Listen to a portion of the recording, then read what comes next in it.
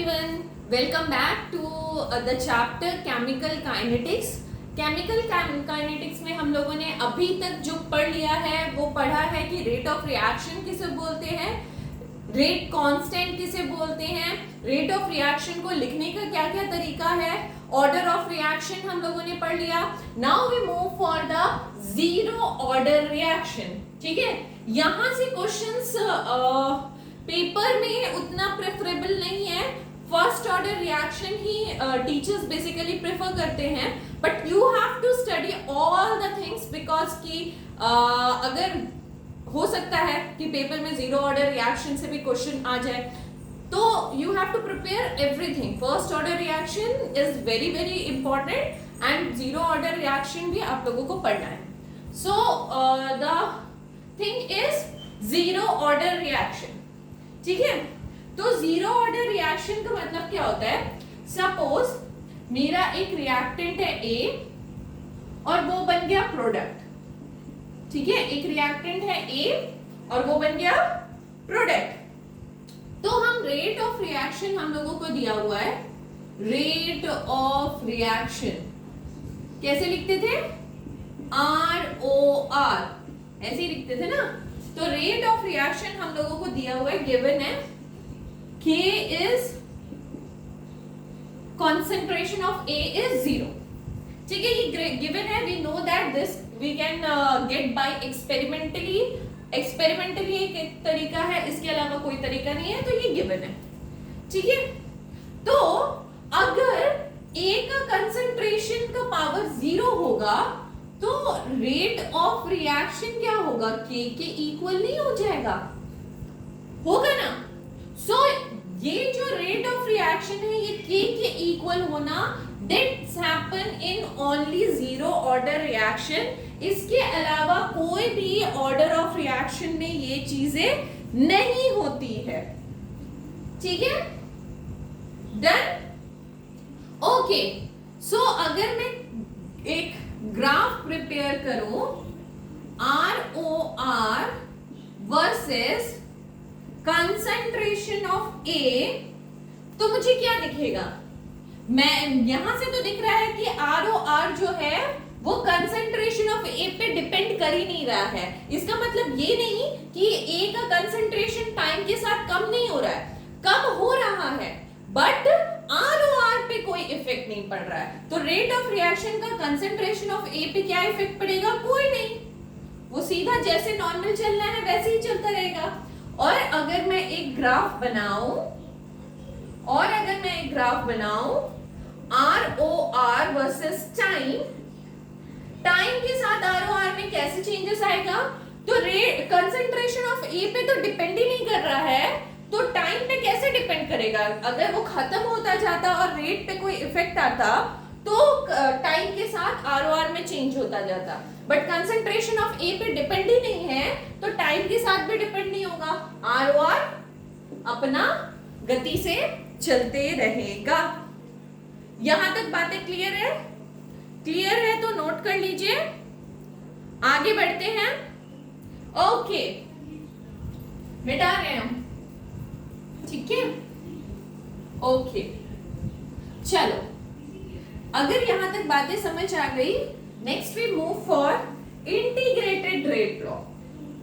ठीक है, integrated rate law. घबराना नहीं है, this is also easy thing. ठीक है, ध्यान से समझते चलो. मैंने क्या बोला? जीरो ऑर्डर रिएक्शन में एक रिएक्टेंट होता है और वो डायरेक्टली प्रोडक्ट में चेंज हो जा रहा है ना. और इसमें ROR का लिखने का तरीका क्या होता है? ROR भी बोल सकते हैं, स्मॉल r भी बोल सकते हैं. लिखने का तरीका है KA टू द पावर 0. और सोचो, और हमने क्या तरीका सीखा है ROR को लिखने का? ROR को लिखने का और तरीका क्या सोचा, मतलब सीखा है हम लोगों ने? अगर आपको फर्स्ट वीडियो वाला लेक्चर याद होगा तो हम क्या करते थे, इसके स्टोइचियोमेट्रिक कोफिशिएंट से dA/dt ऐसे लिखा करते थे ROR. ठीक है, तो इससे क्या होता है कि इक्वेशन 1 एंड इक्वेशन 2 को हम इक्वेट कर सकते हैं बिकॉज दोनों ही ROR है। तो वी कैन राइट दैट के a का power 0 is 1/1 dA by dt। ये चीज हम लिख सकते हैं, ठीक है। अब मैंने क्या किया कि सपोज लेट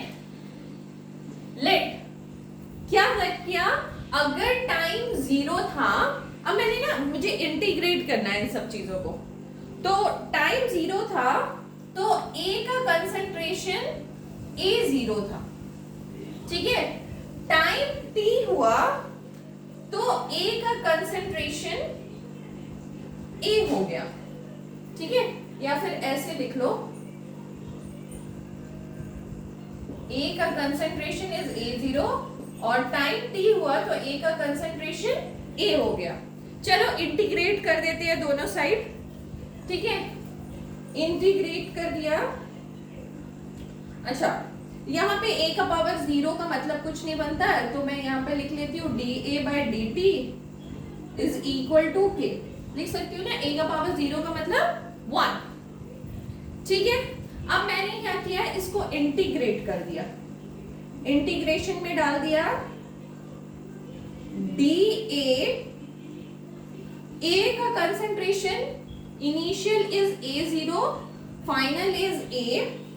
यहां पे अगर मैं K dt कर देती हूं तो time is 0 to time T, ऐसे इंटीग्रेट कर सकती हूं मैं, ठीक है, ठीक है। तो यहां से क्या लिख सकती हूं, इस जगह पे आ जाओ, इस जगह पे आ जाओ, ठीक है। तो यहां से क्या लिख सकती हूं, concentration of A is A0 to A is equal to K। अच्छा माइनस भी था ना, चलो माइनस भी ले लेते हैं, माइनस dt 0 to T, है ना, ऐसे लिख सकते हैं। फिर क्या होगा, यहां पे हो जाएगा A minus A0 is equal to minus K T minus 0, ठीक है। तो यहां से क्या निकल सकता है, A minus A0 is equal to minus KT, ठीक है। और A is equal to A0 minus KT, ठीक है। तो this is the equation you have to learn, this is the equation you have to learn. तुम्हारे friends सारे के सारे ये इक्वेशन तो पक्का लर्न करके जाएंगे, but you have to know the mechanism also, ठीक है। कभी अगर फंस गए तो you have to know the mechanism also, otherwise ये तो आपके सारे फ्रेंड याद करके ही जाएंगे। तो यहाँ पे लिख लो, what is A0, this is the initial concentration, initial concentration. What is A, that is the final concentration, ठीक है। what is K is rate constant। what is T, time taken, time in which concentration of A changes from A0 to A, है ना। Concentration is changes from A0 से A तक change होने में क्या concentration लगा, यस दिख रहा है। चलो समझ आ गया, समझ आ गया, ओके। चलो अगर मैं ग्राफ बनाती हूं, अगर मैं ग्राफ प्रिपेयर करती हूं about concentration of A with respect to time, तो ऑफ कोर्स मैंने बोला कि A का कंसंट्रेशन तो भाई टाइम के साथ चेंज होगा ही होगा, बट उसके रेट पे कोई इफेक्ट नहीं आएगा, है ना। तो टाइम के साथ तो ए जो है वो धीरे धीरे धीरे धीरे धीरे धीरे खत्म हो ही रहा है। तो we can say that this is a0, this is a, ठीक है, दिस इज a। और हमेशा हम लोग क्या करते हैं, इस साइड में पॉजिटिव स्लोप में देखते हैं। तो स्लोप इज tan थीटा, और tan थीटा क्या होगा, अगर मैं यहाँ पे k लेती हूँ, k नेगेटिव में आ रहा है ना, तो ये हो जाएगा -k। तो slope tan theta is equal to -k। अच्छा ये निकला कैसे, चलो ये निकाल के भी मैं बता देती हूँ। ओके चलिए मैं ये बता रही थी आपको कि ये स्लोप -k कैसे आया। अगर मैं इस इक्वेशन को, ये वाला जो इक्वेशन है, इसको मैं ऐसे भी लिख सकती हूँ ना, a is equal to -kt plus a0, ठीक है। तो ये इक्वेशन मुझे कैसा दिख रहा है, y is equal to mx plus c। ये स्ट्रेट लाइन का एक इक्वेशन दिख रहा है ना मुझे, ये स्ट्रेट लाइन का इक्वेशन दिख रहा है ना, क्योंकि इसमें स्क्वायर वगैरह नहीं है। अगर स्क्वायर वगैरह होता तो ये पैराबोला वगैरह का दिखाता, बट स्क्वायर वगैरह नहीं है, तो this is a straight line equation, ठीक है। तो स्ट्रेट लाइन इक्वेशन से मुझे m की वैल्यू क्या मिल रही है, m की value is -k, so slope is -k, ठीक है, डन। यहां तक हो गया, एकदम रट लो, मन में बसा लो ये वाला इक्वेशन कि a is equal to a0 minus kt. What is a0? a0 is the initial concentration, a is the final concentration, k is the rate constant, and t is the time in which concentration changes from a0 to a. Done. यहां तक बातें समझ आई? Okay मिटा ले, pause करके note कर लो, मिटा ले। ओके चलिए, तो यहां तक तो हो गया, हो डन, समझ में आ गया है तो प्लीज लाइक कीजिए। Okay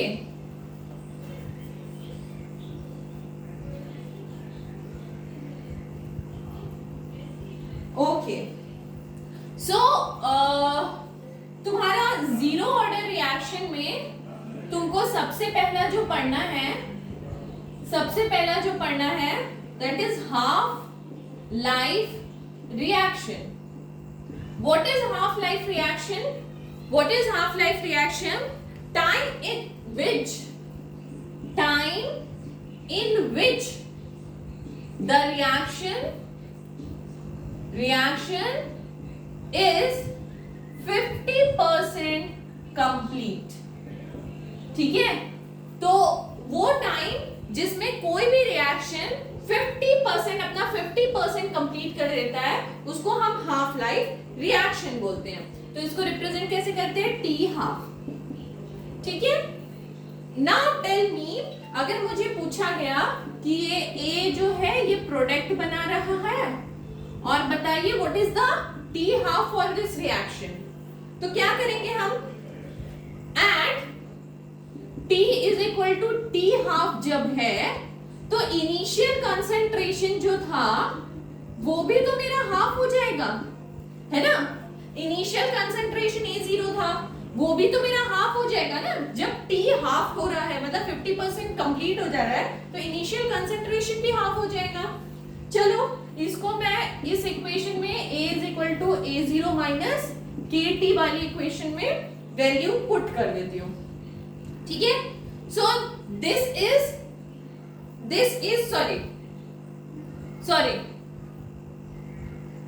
is my initial concentration and this is my final concentration.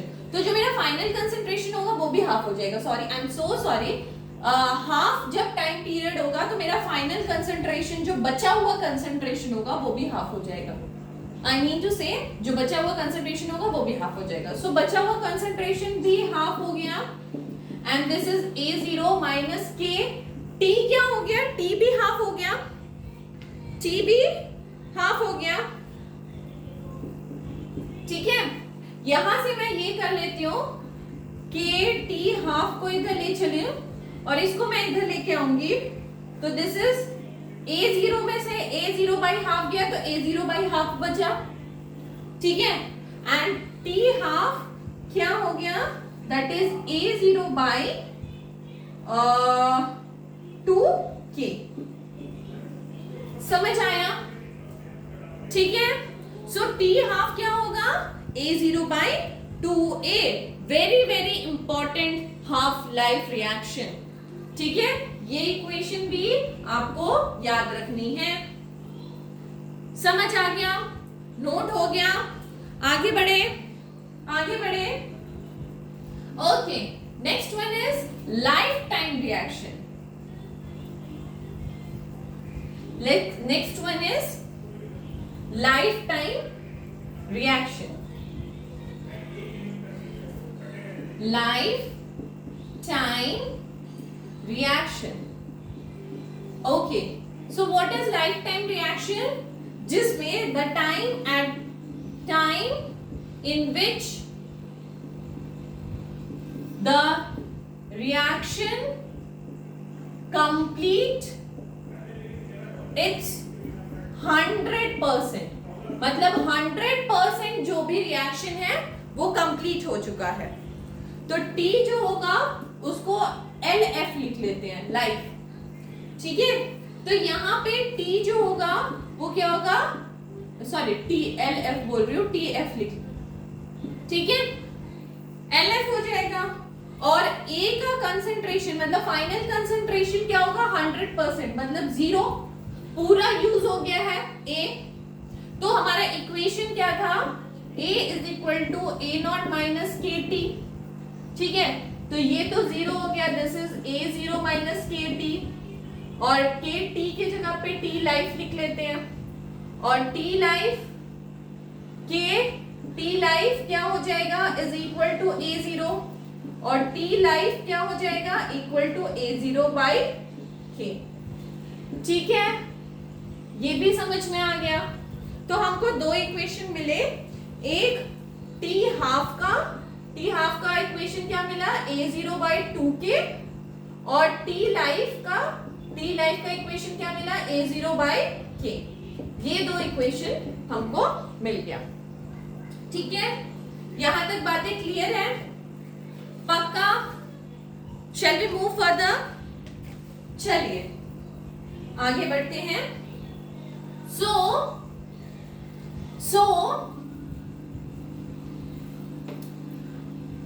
अब देखिए,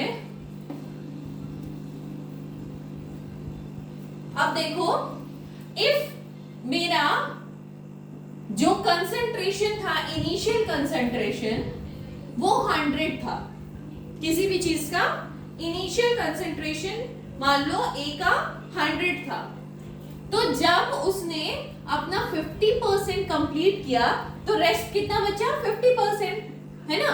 50% कंप्लीट मतलब रेस्ट बचा 50, और 100% कंप्लीट मतलब क्या होगा, रेस्ट बचा कंसंट्रेशन ऑफ A0, है ना। 50 कंप्लीट मतलब रेस्ट बचा 50, और 100% कंप्लीट मतलब जो कंसंट्रेशन ऑफ A है वो हो गया 0।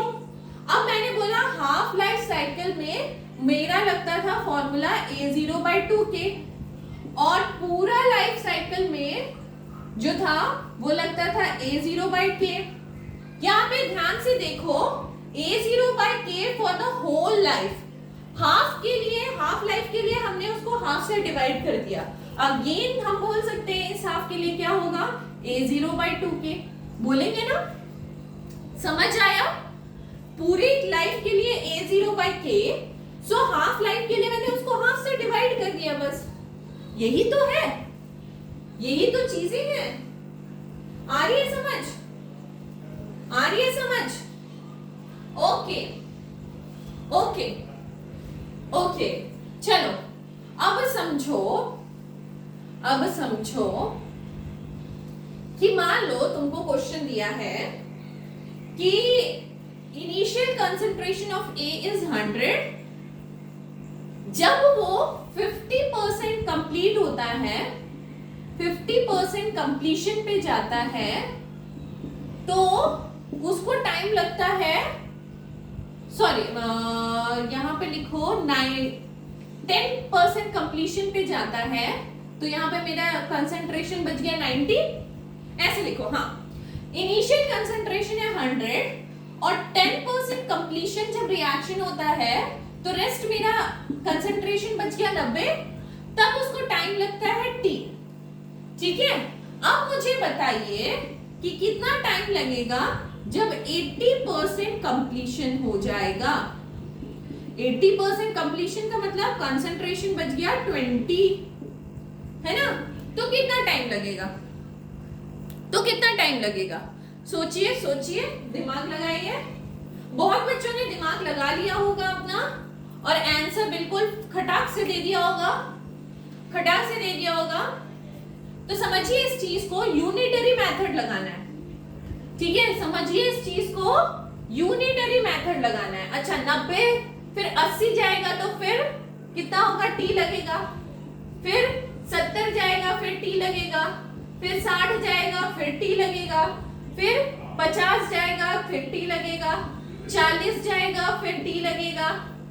फिर कंसंट्रेशन 30 होगा फिर T लगेगा। कंसंट्रेशन 20 होगा तो T लगेगा। कितना T? 1 2 3 4 5 6 7 8 T। ठीक है, तो यहां से हम ऐसे भी देख सकते हैं, अगर 10% होता है तो 1 T, 8% होता है तो 8 T। और पूछा गया अगर 40% होगा तो कंप्लीट तो 4 T। समझ आ रहा है? You have to go for unitary method। अगर 10% कंप्लीट हो रहा है तो 8 T लग रहा है, तो 80% कंप्लीट होगा तो कितना T लगेगा? 8 T लगेगा। Unitary method. समझ आ रहा है? ठीक है, तो क्वेश्चंस को करने के दो फंडे हैं, या फिर आप फॉर्मूला लगा लीजिए या फिर यूनिटरी मेथड से कर लीजिए। ठीक है, चलिए मिटाया जाए और बढ़ा जाए क्वेश्चन की तरफ। ठीक है, so the question is, for a product निकल गया to be zero order reaction if time taken for 50% completion तो is 2 minutes, find the time required for 75% completion of reaction। ठीक है, तो क्या बोल रहा है, जब A से प्रोडक्ट बन रहा है जीरो ऑर्डर रिएक्शन में, तो टाइम टेकन फॉर 50% कंप्लीशन तो 2 मिनट्स, तो हमें निकालना है 75% कंप्लीशन में कितना आएगा। तो यार यूनिटरी मेथड मैंने सीख रखा है, अगर A से प्रोडक्ट बन रहा है तो 50% कंप्लीशन का मतलब हो रहा है कि 50% मेरा कंसंट्रेशन बचा हुआ है, उसमें अगर 2 मिनट्स लगता है तो अगेन 100% कंप्लीशन होने में, यानी कि मेरा कंसंट्रेशन जब जीरो हो जाएगा तो और 2 मिनट्स लगेगा। और 75% कहाँ आता है? यहाँ 50 और 100 के बीच में 75% आता है। ठीक है, तो 75% होने में यहाँ पे 1 मिनट लगेगा, यहाँ पे 1 मिनट लगेगा। ठीक है, तो मतलब 75% कंप्लीट होने में कितना लगेगा? टोटल 2 + 1 मिनट, यानी कि 3 मिनट लगेगा भाई। ठीक है, ये तो हो गया ही मेरा यूनिटरी मेथड। ठीक है, इतना दिमाग लगा लोगे तो दिस इज यूनिटरी मेथड। एक बार और बता दूं क्या?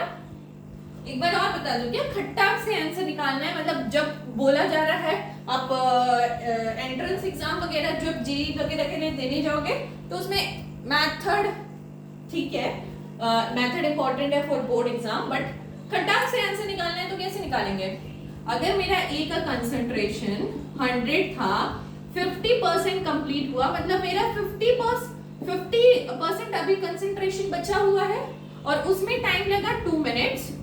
तो अगेन अगर मेरा 100% कंप्लीशन होगा मतलब 0 कंसंट्रेशन हो जाएगा, तो अगेन 2 मिनट और लगेगा यार, ठीक है।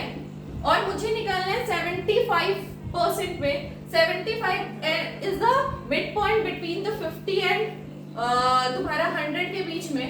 तो मिड पॉइंट पे कितना लगेगा, इधर 1 मिनट लगेगा, तो टोटल कितना लगेगा 2 + 1, दिस इज 3 मिनट्स, ठीक है। तो ये हो गया यूनिटरी मेथड से मैंने खट्टाक से आंसर निकाल दिया।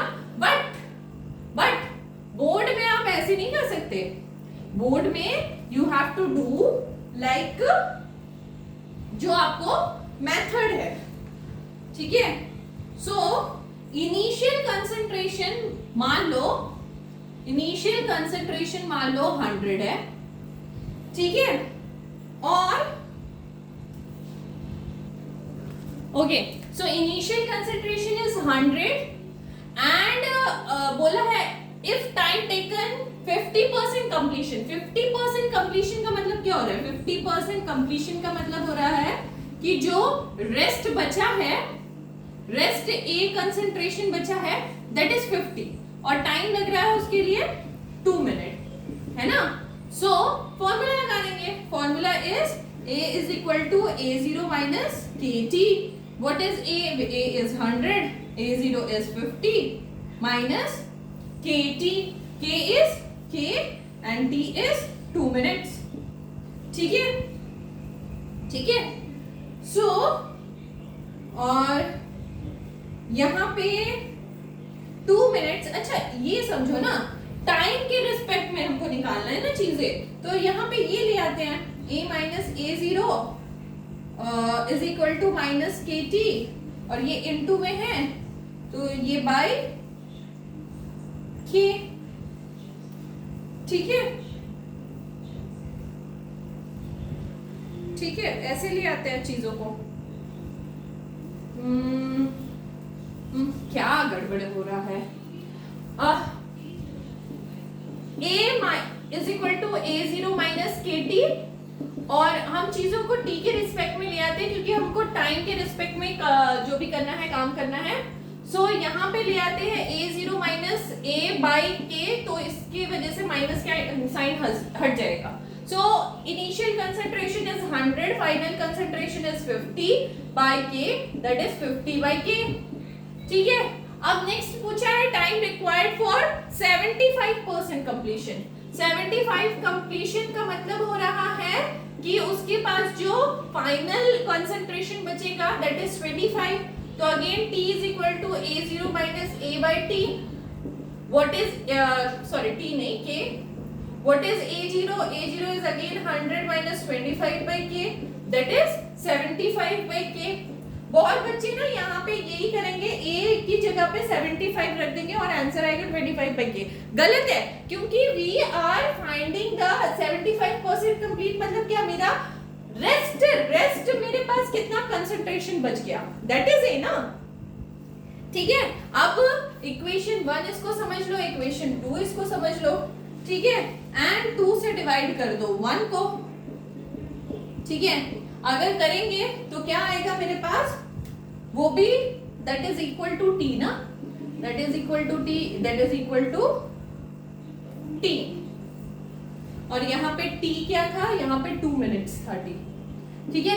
This is equation 1, this is equation 2 and यहाँ पे डिवाइड करके आ जाएगा T by 2 is equal to 75 by K by 50 by K। K cut गया और T इक्वल टू आ गया 75 बाई 50 इंटू 2, तो हो गया यहाँ पे 3 2 कट गया, तो T इज 3 मिनट्स, ठीक है। तो करना आपको ऐसे है, ठीक है, करना आपको ऐसे है। हो गया, हो गया, हो गया। चलो, I am giving you the next question. I am giving you the next question.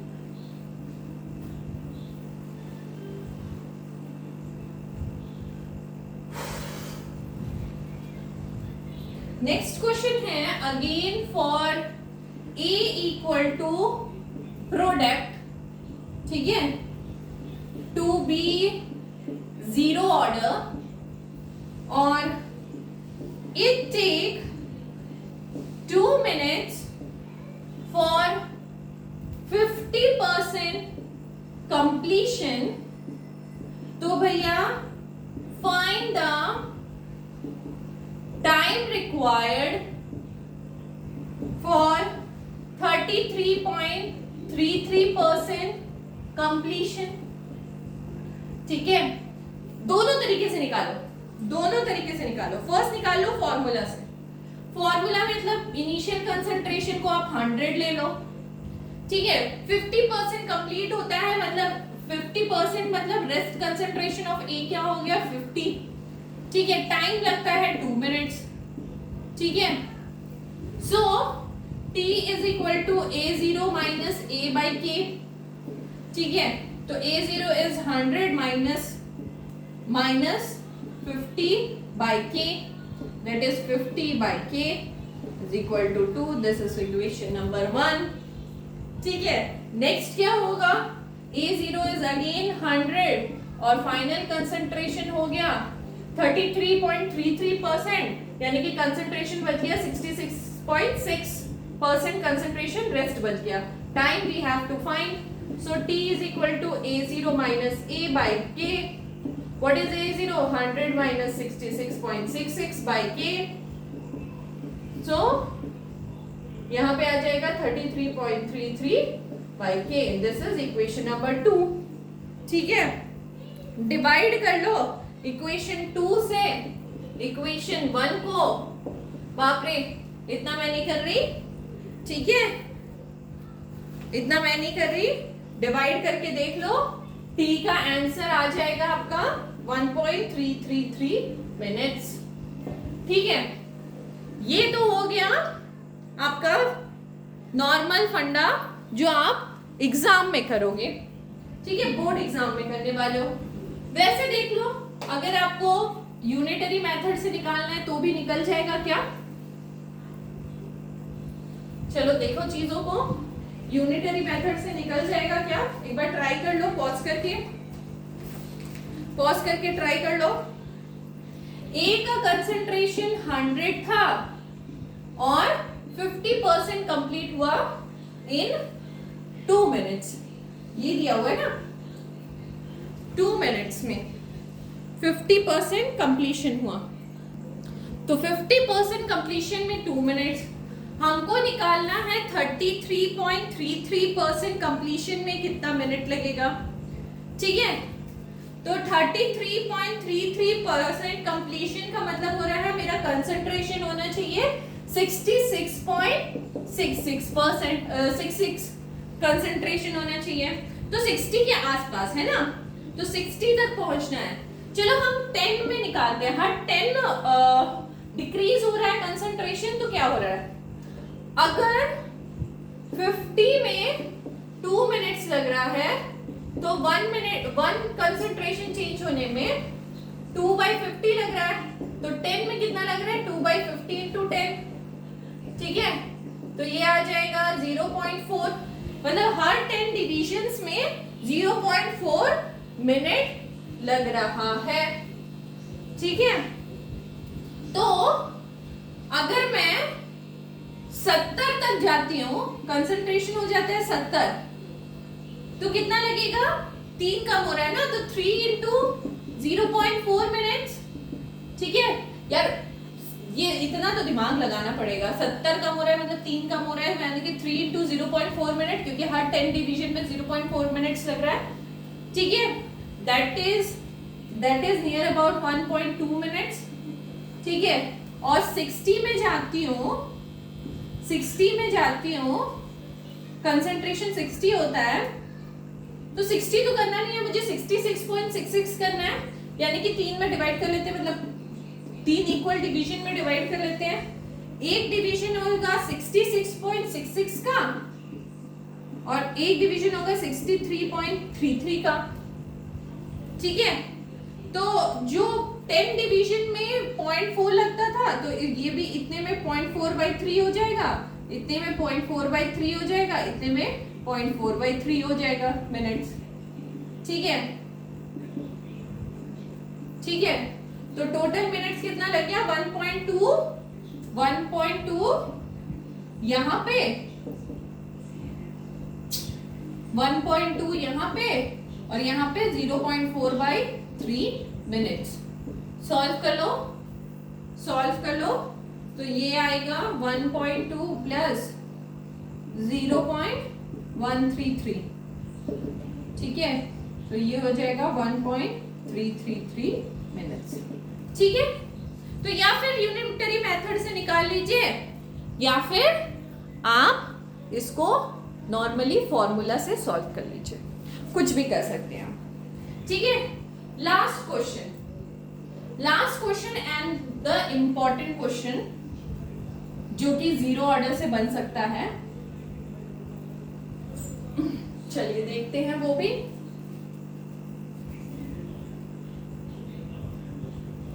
ठीक है, सो क्वेश्चन है, for a reaction the time required for 20% completion is 40 minutes. ठीक है, and 40% completion करने में टाइम लगता है is 80 minutes. Find the order of reaction. ठीक है, ऐसा कुछ क्वेश्चन दिया हुआ है कि एक रिएक्शन होने में 20% कंप्लीशन में 40 मिनट्स लगता है और 40% कंप्लीशन में 80 मिनट्स लगता है। तो बताइए ऑर्डर ऑफ रिएक्शन क्या है। तो इसमें कोई और तरीका नहीं है, you go for hit and trial method. ठीक है, हिट एंड ट्रायल मेथड आपको लगाना पड़ेगा। What is that hit and trial method? अगर जीरो ऑर्डर रिएक्शन होगा, ठीक है, तो first you have to find the two value of K, two value of K. यहां से एक निकलेगा और यहां से एक निकलेगा। ठीक है, दो वैल्यू के का निकाल लीजिए। अगर दोनों, इफ के इज इक्वल, तो भैया दिस इज जीरो ऑर्डर, और अगर के इक्वल नहीं होता है तो गो for hit and trial method of first order reaction. ठीक है, फर्स्ट ऑर्डर रिएक्शन हमने सीखा नहीं है, वो भी अभी सीखेंगे इस टॉपिक के बाद। ठीक है, तो फर्स्ट ऑर्डर रिएक्शन में अगेन आप वैल्यू ऑफ के निकालोगे। अगर इक्वल आता है तो फर्स्ट ऑर्डर रिएक्शन है, अगर नहीं इक्वल आता है तो सेकंड ऑर्डर रिएक्शन है।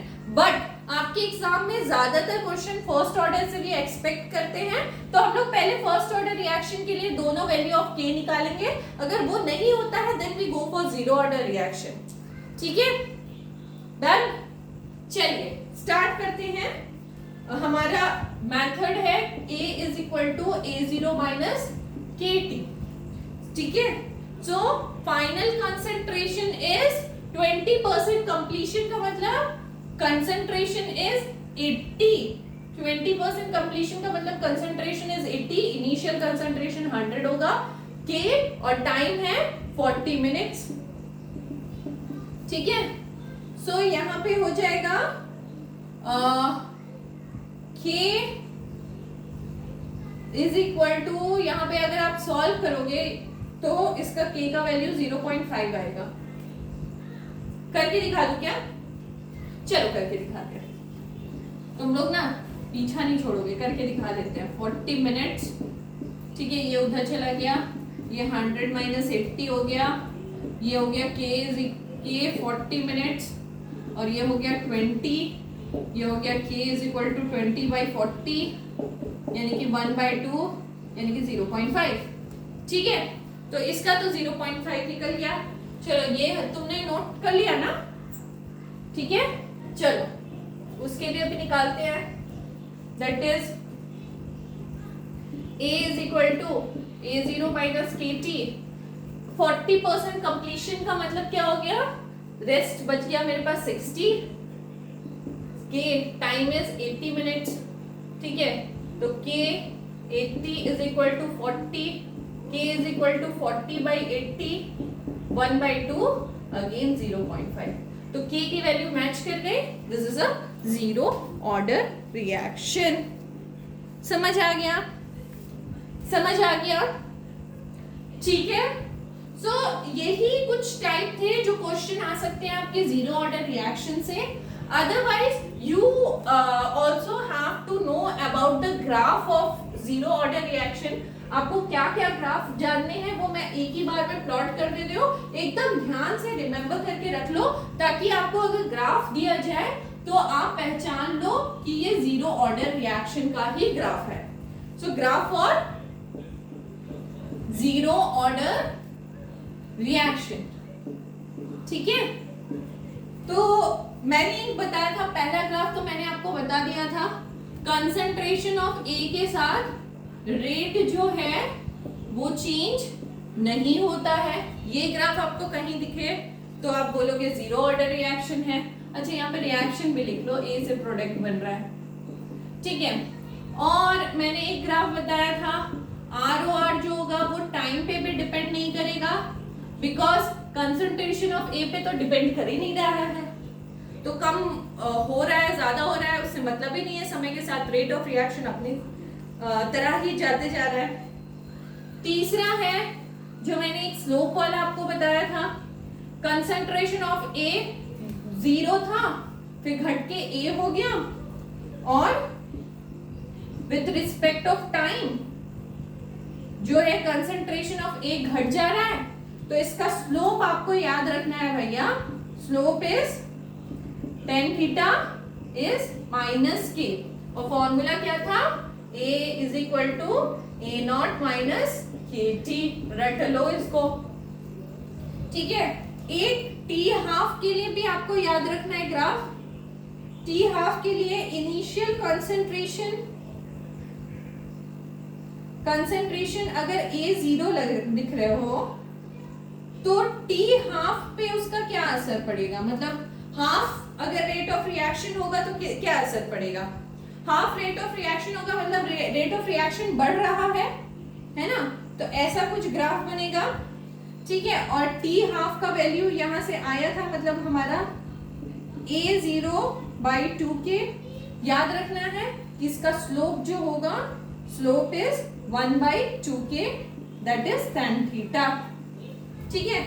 और आपको ये थीटा इज दिस, ठीक है। और आपको एक लाइफ टाइम वाला ग्राफ याद रखना है, ठीक है। Concentration of A with respect to time,